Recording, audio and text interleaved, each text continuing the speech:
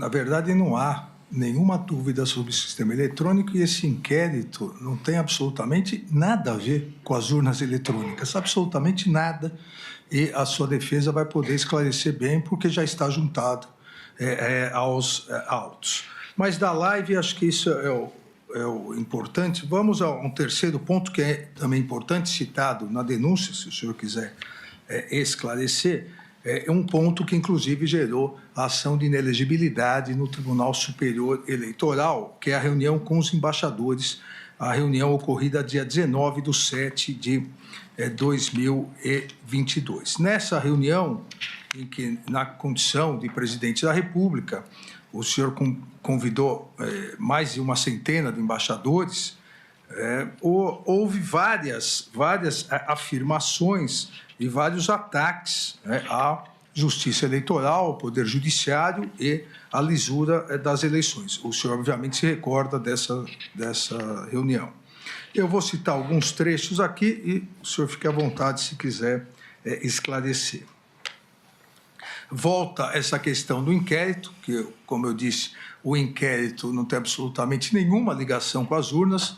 O inquérito foi um hacker que ingressou e pegou banco de dados de servidores e o senhor diz, entre aspas, teria muita coisa a falar aqui, mas eu quero me basear exclusivamente isso para os embaixadores, em um inquérito da Polícia Federal que foi aberto após o segundo turno das eleições de 2018, onde um hacker falou que tinha havido fraude por ocasião das eleições. Falou que ele tinha invadido o grupo dele, o TSE, o Tribunal Superior Eleitoral. E, obviamente, quando se fala em manipulação de números após as eleições, quem manipula é quem ganhou. Aí também uma outra questão sobre isso. Tudo começa nessa denúncia que foi de conhecimento do Tribunal Superior Eleitoral, onde o hacker diz claramente que ele teve acesso a tudo dentro do TSE. Disse mais, obteve acesso aos milhares de códigos-fonte, que teve acesso à senha de um ministro, bem como de outras autoridades, várias senhas ele conseguiu. E, obviamente, a senhora ministra do TSE, na época, que também é do Supremo Tribunal Federal, Rosa Weber, fez com que o inquérito fosse instalado aqui, nas palavras do senhor. Ainda uma outra questão. A Polícia Federal pediu os logs, que podiam ser entregues no mesmo dia ou no dia seguinte, mas 7 meses depois, segundo o documento comigo, o TSE informou que os logs haviam sido apagados. O que o senhor acabou de dizer, o senhor disse isso aos embaixadores. É uma coisa, também entre aspas, é uma coisa que, com todo respeito, eu sou o presidente da República do Brasil e fico envergonhado de falar isso. O que é comum, acontecer em alguns países do mundo é o chefe do executivo conspirar para conseguir uma reeleição. Estamos fazendo exatamente o contrário, porque temos pela frente 3 meses até as eleições. Também, volta ao inquérito, eu tive acesso a esse inquérito um ano passado, divulguei, é um inquérito que não tem qualquer classificação sigilosa, e ao divulgar, o ministro Alexandre de Moraes abre um inquérito para me investigar sobre vazamento. E ainda, o que nós temos aqui no Brasil é que quando se fala em eleições, elas têm que ser totalmente transparentes, coisa que não aconteceu em 2018. Volta a dizer sobre as eleições, não poderíamos ter tido eleições em 2020 sem apuração total do que aconteceu. O sistema é completamente vulnerável, segundo o próprio TSE, e, obviamente, a conclusão da Polícia Federal. Ainda mantém a acusação de fraude ao sistema eleitoral perante os embaixadores, dizendo não era um sistema confiável porque ele é inauditável. É impossível fazer uma auditoria em eleições aqui no Brasil. Aí coloca a questão do ministro Fachin, presidente, a suspeição. Deixo claro, isso para os embaixadores, eu repito, deixo claro quando se fala em ministro Fachin, ele foi o responsável por tornar Lula inelegível. Poderia citar outros trechos, um trecho que também não é verdadeiro. O senhor disse, não é o Tribunal Superior Eleitoral quem conta os votos, é uma empresa terceirizada. Eu acho que nem precisava continuar essa explanação aqui. Nós queremos, obviamente, estamos lutando para apresentar uma saída em relação a isso. Ainda mais grave ainda, perante representantes de outros países, eu teria dezenas e dezenas de vídeos para passar para os senhores por ocasião das eleições de 2018, onde o eleitor ia votar e simplesmente não conseguia votar. Ou quando ele apertava o número 1 e depois de apertar o número 7, aparecia o 3 e o voto ia para o outro candidato. O contrário, ninguém reclamou. Temos quase 100 vídeos de pessoas reclamando que foram votar em mim e, na verdade, o voto foi para outra pessoa. Nenhum vídeo de alguém que foi votar no outro candidato e, porventura, apareceu meu nome. Então, nessa reunião, o tópico da reunião, inclusive com a apresentação de... Não era propriamente PowerPoint, era a apresentação de documentos no telão. O tópico foi a acusação de fraude nas urnas eletrônicas e parcialidade da Justiça Eleitoral. Foi exatamente isso que o senhor fez? Presidente, em 2016, a senhora Dilma Rousseff reuniu-se com embaixadores. O assunto foi outro, mas ela se reuniu com embaixadores, que é uma política privativa do chefe do Executivo.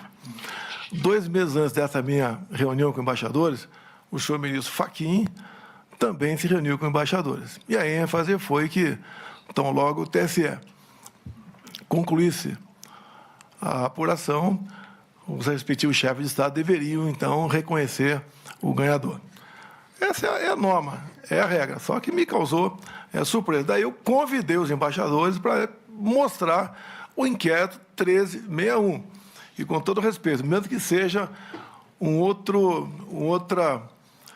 foco, um inquérito, tá?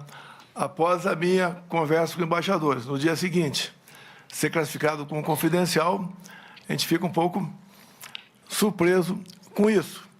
E, obviamente, não foi de agora, não foi enquanto do então presidente Jair Bolsonaro. Desde 2012, no mínimo, eu sempre lutei pelo voto impresso. Nós estávamos na iminência de aprovar uma PEC dentro da Câmara dos Deputados que tratava do voto impresso. A autoria da deputada Bia Kiss, o relator, o deputado Felipe Barros. Quando, então, o senhor ministro Barroso foi lá para o parlamento, conversou com lideranças, no dia seguinte foram trocados os componentes da comissão especial, nós perdemos a votação na comissão, depois o presidente resolveu levar para o plenário, ganhamos, mas não com voto qualificado. Então, essa questão do voto impresso é uma coisa minha desde há muito tempo, como foi do Flávio Dino, como foi de outras personalidades, a mais variada possível, a maioria de esquerda.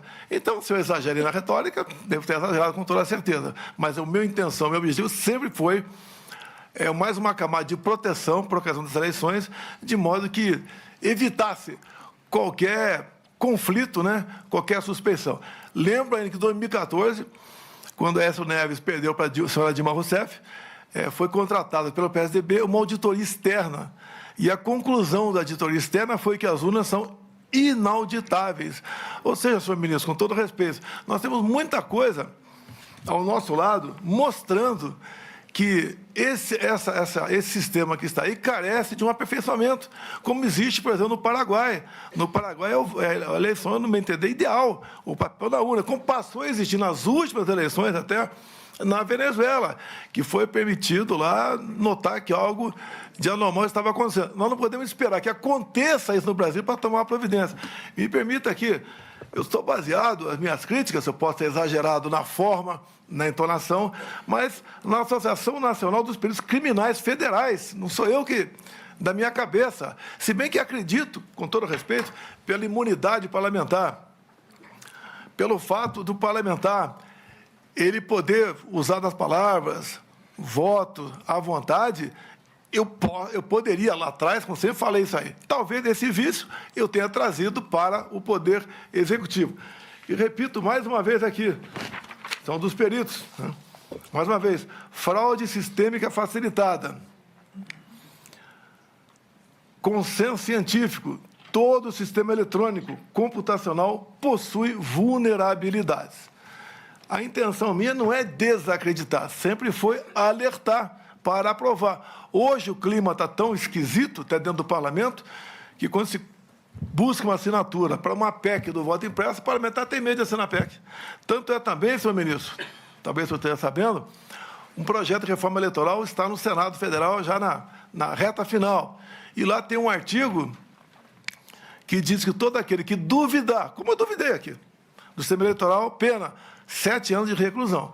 Eu acho que isso não é democracia, não é o que nós queremos. Nós queremos, com toda certeza, a Vossa Excelência quer e acredita no sistema. Tudo bem, a opinião do senhor, a minha opinião por lá de cá também, nós devemos buscar aí maneira de evitar que isso aconteça. Repito, se tivéssemos um voto semelhante do Paraguai ou das urnas agora da Venezuela, nenhum de nós estaria nesse momento, para mim, bastante desagradável estar perante a Vossa Excelência nessa circunstância.